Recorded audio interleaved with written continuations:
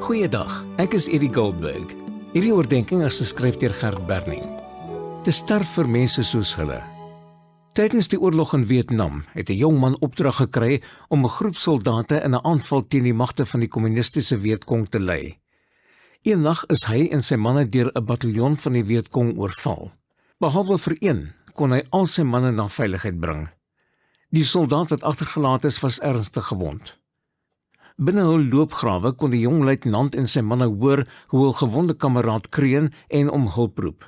Hulle het geweet dat om hom te probeer red byna verseker 'n gewisse dood sou beteken. Die gekreun van die gewonde soldaat het reg deur die nag aangehou. Uiteindelik het die jong luitenant sy veilige plek verlaat op pad na waar die geroep van die sterwende man opgeklink het. Hy het hom veilig bereik en kon hom terugsleep. Maar net toe hy die gewonde man finaal in veiligheid gebring het, het 'n koel homself in die rug getref en hy het op die plek gesterf. Etlike maande later het die geredde man na die Verenigde State teruggekeer en toe die gestorwe held se ouers hoor dat hy in hul omgewing was, het hulle beplan om hom een aand vir ete te nooi. Hulle wou hierdie man leer ken wie se redding hulle so duur gekos het. Die aand het hul gas beskonke daar aangekom. Hy het luid te kere gegaan en vulgêre grappe vertel. Hy het geen begrip getoon vir die hartseer van die gestorwe soldaat se ouers nie. Hulle het egter probeer om iets van die aand te maak, maar hul pogings was te vergeefs. Eindelik het die ongiere gas na sy onplesierige besoek vertrek. Toe die pa die deur toemaak, het die ma in trane neergesak en uitgeroep, om te dink dat ons dierbare seun vir iemand soos hy gesterf het. Iets soortgelyks, net baie erger, het omtrent 2000 jaar gelede gebeur.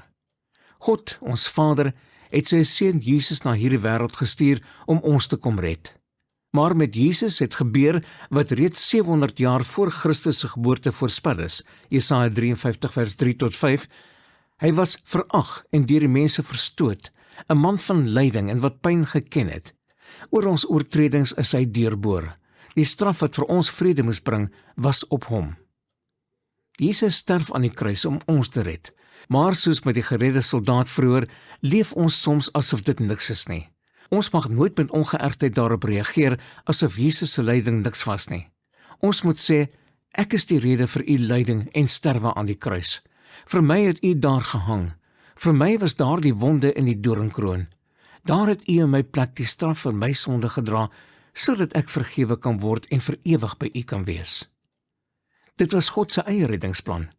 Hy sou ook ons sê, om te dink dat my kosbare seun moes sterf vir mense soos hulle.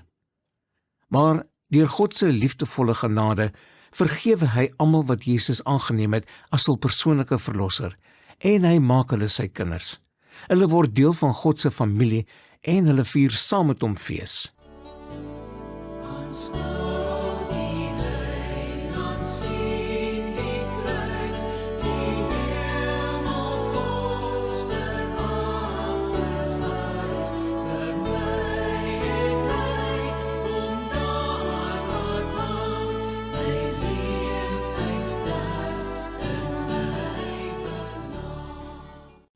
Ons Here, vul tog ons harte met dankbaarheid oor wat Jesus vir ons gedoen het. Laat ons nooit met ongeërgdheid daarop reageer asof dit niks was nie. Amen.